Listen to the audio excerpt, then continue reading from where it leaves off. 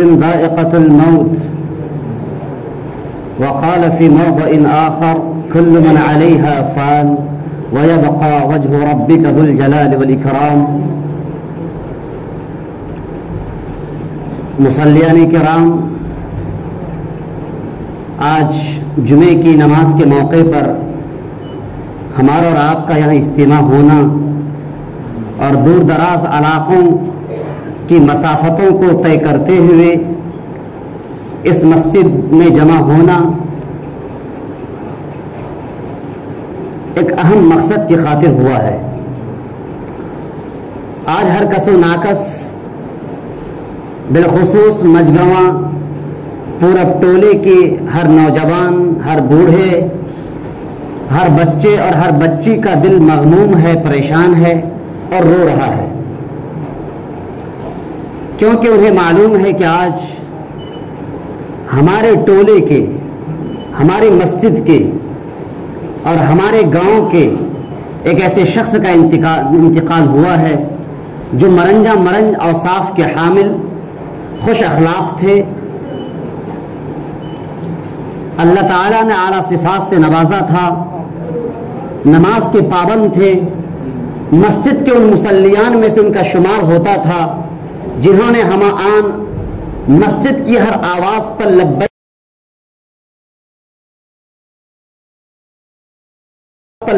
کہا۔ ان کا شمار ان لوگوں میں سے ہوتا تھا جن کے چلے جانے پر یقیناً آج اس مسجد کو بھی صدمہ ہو رہا ہے۔ صدمہ اس لیے ہو رہا ہے کیونکہ جس دور میں یہ مسجد زندگی گزار رہی ہے، یہ وہ دور ہے جس میں صرف بوڑھوں کا اجتماع ہوا کرتا ہے نمازوں کے وقت میں، اور یہ ہمارے بوڑھے دن بدن یکے بعد دیگرے چلے جا رہے ہیں۔ ان بوڑھوں کی جگہوں پر کوئی نوجوان اب تک اس خلا کو پر کرنے کو تیار نہیں ہے۔ آج کا یہ وہ دن ہے جس میں کہ آج لوگ آنسو بہا رہے ہیں ایک ایسے انسان کے جانے پر۔ جب وہ دنیا میں آئے تھے تو وہ رو رہے تھے اور لوگ خوشیوں کے ترانے گا رہے تھے، لیکن آج جب ان کی آنکھیں لگی ہیں، وہ آن بان شان کے ساتھ اللہ تبارک و تعالیٰ کے دربار میں حاضر ہوئے ہیں یہ کہتے ہوئے کہ پروردگار، میں نے اپنی پوری زندگی آپ کے احکام اور آپ کے فرامین اور آپ کے جو نبی صلی اللہ علیہ وسلم نے جو تعلیمات دینیہ اور سماویہ ہمیں دی تھی، ان تمام چیزوں پر عمل کرتے ہوئے آج میں آپ کے دربار میں حاضر ہوا ہوں۔ میری یہ حاضری آن بان شان کے ساتھ ہو رہی ہے اس حال میں کہ آسمان بھی رو رہا ہے، زمین بھی رو رہی ہے، اور جس بستی میں زندگی گزار رہا تھا وہاں کا ہر نوجوان رو رہا ہے، وہاں کا ہر بوڑھا رو رہا ہے۔ اور اے نوجوانوں اور اے بوڑھوں، آپ کو بھی اس بات کو ذہن نشی کر لینی چاہیے کہ آج جمعے کا دن ہے، اور جمعے کے دن میں کسی کا انتقال اس بات کی دلیل ہوا کرتی ہے کہ اللہ تبارک و تعالیٰ نے ان کو پروانہ مغفرت عطا فرما دیا ہے۔ اللہ تبارک و تعالیٰ ہمیں بھی ان لوگوں میں شمار فرمائے جن کو کہ پروانہ مغفرت عطا فرمائے، اور کہہ دے کہ لوگوں تم چلے جاؤ اس دنیا سے، لیکن ہم نے تمہاری مغفرت فرما دی، اور تمہارے آگے پیچھے ایسے لوگوں کو میں نے چھوڑ رکھا ہے کہ تمہارے اوپر آنسو بہا رہے ہیں، ان کے دل رو رہے ہیں، ان کے آنکھوں سے آنسو جاری ہیں، آسمان اور زمین سب کے سب رو رہے ہیں، چرند پرند درند سب آنسو بہا رہے ہیں، یہاں تک کہ مسجد بھی آنسو بہا رہی ہے۔ اور یاد رہے، چلا گیا آدمی، چلا جانے والا تھا چلا گیا، لیکن ان کے اعمال، ان کے اثرات جب تک مرتب رہیں گے۔ انہوں نے جب بھی گشت کے اعمال میں ساتھ دیے ہیں، اور جتنے لوگ ان کے گشت کی بنیاد پر، ان کی دعوت کی بنیاد پر نمازی ہوئے ہیں، اللہ کی ذات سے یقین ہے جب تک وہ نماز پڑھتا رہے گا تب تک ان کے اعمال نامے میں ان کا ثواب جاری ہوتا چلا جائے گا۔ اللہ تبارک و تعالی ہمیں بھی جب تک دنیا میں رہیں اچھے کام کرنے کی توفیق عطا فرمائے۔ دنیا میں سب سے بڑا بے وقوف کون ہے؟ ہارون رشید کا نام ہم میں سے ہر ایک نے سنا ہے۔ عباسیہ دور کا بڑا بادشاہ ہوا کرتا تھا۔ ہارون رشید کے دور میں ایک بہلول نامی دانا ہوا کرتا تھا، حکیم ہوا کرتا تھا، لیکن وہ دنیا کی نظر میں، خاص طور سے بادشاہ کی نظر میں، وہ بے وقوف تھا۔ چنانچہ گاؤں سماج کا بے وقوف ہوتا ہے، ہر کو سنا کر اس سے مذاق کرتا ہے۔ بادشاہ وقت نے کہہ رکھا تھا اپنے درباریوں سے کہ بہلول جب بھی ہمارے دربار میں آنا چاہے انہیں روکنا نہیں، انہیں اندر آنے کی اجازت دے دینا۔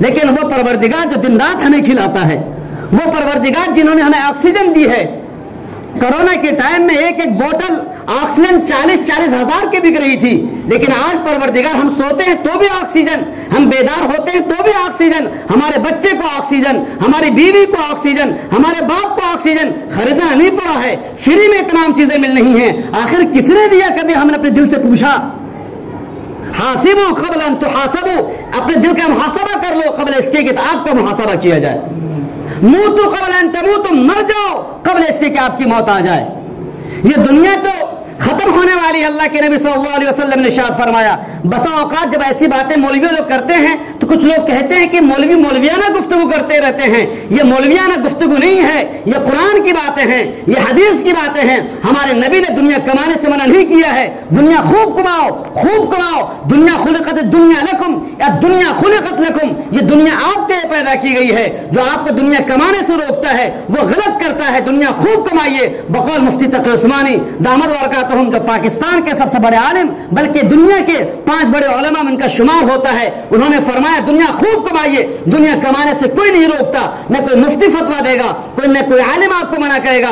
آپ تمام عہدوں پر فائز ہو جائیے، آپ بڑے بڑے بنگلوں میں رہ جائیے، کیونکہ ہمارے نبی کریم صلی اللہ علیہ وسلم نے بذات خود بڑے گھر کے لیے دعا فرمائی ہے. بڑا گھر ہونا غلط نہیں، گاڑیوں پر چلنا غلط نہیں، اے سیوں میں رہنا غلط نہیں، لیکن یاد رکھیے دنیا ہمارے دلوں کے اندر نہ گھسنا چاہیے. دنیا اتنا کماؤ کہ دنیا جیب کے اندر رہے، دل کے اندر نہ گھسے. اور انہوں نے مثال دی، ایک کشتی کی مثال دی. کشتی اور ناؤ آپ نے دیکھا ہوگا، ناؤ پر سواری بھی کی ہوگی آپ نے.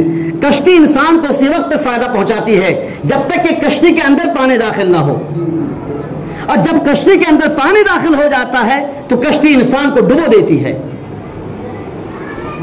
میرے عزیز دوستو، قرآن عربی زبان میں کتاب. افسوس کی بات تو یہ ہے کہ ہمارے وہ پڑھے لکھے طبقہ جو پڑھنا جانتے ہیں، اردو پڑھنا جانتے ہیں، لیکن افسوس کی بات تو یہ ہوتی ہے کہ قرآن کا ترجمہ جو اردو زبانوں میں لکھا ہوا ہے، آخر قرآن ہم سے کیا کہہ رہا ہے؟ آپ کی تمام شریعت عربی زبان میں ہے، آپ نے کبھی بھی قرآن کا ترجمہ کھول کر کے نہیں دیکھا. نماز پڑھتے ہو تو سورۃ الفاتحہ سے لے کر مکمل نماز عربی زبان میں، آخر قرآن ہم سے کیا کہہ رہا ہے؟ آپ سب کچھ پڑھو، کوئی منع نہیں کرتا ہے، لیکن ایز اے مسلم آپ پر لازم اور ہم پر لازم کہ قرآن ہم سے کیا کہتا ہے، قرآن کی باتوں کو تو سمجھیں. اگر وزیر اعظم نریندر مودی کا خط آپ کے پاس آئے اور وہ زبان انگریزی زبان ہو اور آپ کو انگریزی زبان نہیں آتی ہے تو کیا آپ اس خط کو الماری کے اندر رکھ دو گے؟ نہیں. آپ کسی ایسے شخص کو بلاؤ گے جو ایجوکیٹڈ ہوگا، جو پڑھا لکھا آدمی ہوگا، جس کو انگریزی آتی ہوگی، آپ خود دو گے بھائی اس کو پڑھو کیونکہ وزیر اعظم کا خط ہے.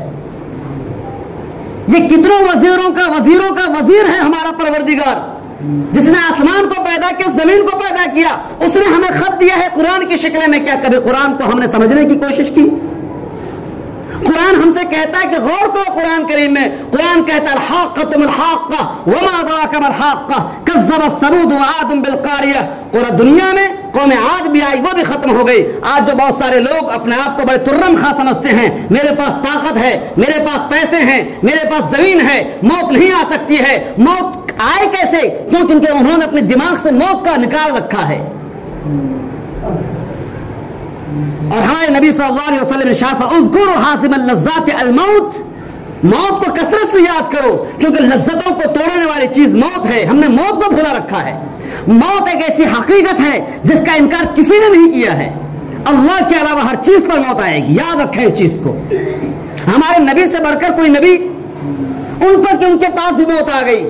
حضرت عیسیٰ علیہ السلام آسمان پر اٹھا لیے گئے ہیں، لیکن دنیا میں جب دوبارہ آئیں گے، شادی کریں گے، ان کا بھی انتقال ہوگا.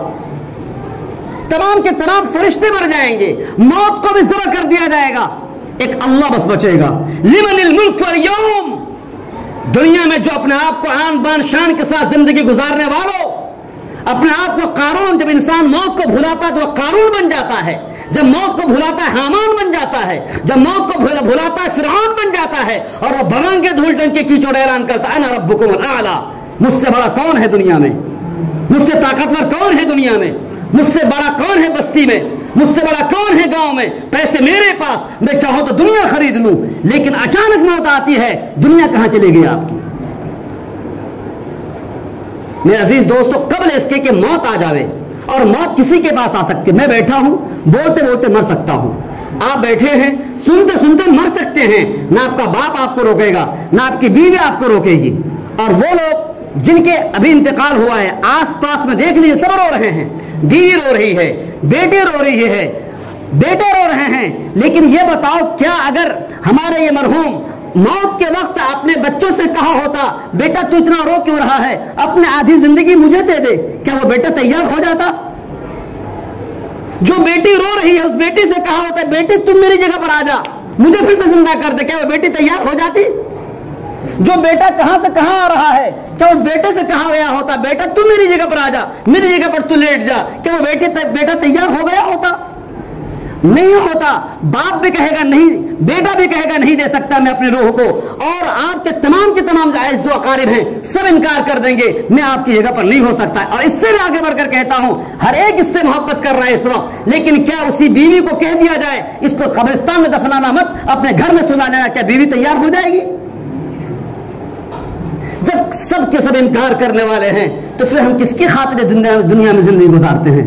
اپنے اللہ کو بھلا رہے ہیں اپنے بچوں کی خاطر، اپنے اللہ کو بھلا رہے ہیں اپنے بال بچوں کی خاطر۔ بال بچوں کو بھی یاد رکھو، لیکن اللہ ہے، اللہ سب سے بڑا اللہ ہے، جو لا کہا وہ لا ہوا، وہ لا بھی اس میں لا ہوا، جز لا ہوا کل لا ہوا، پھر کیا ہوا؟ اللہ ہوا۔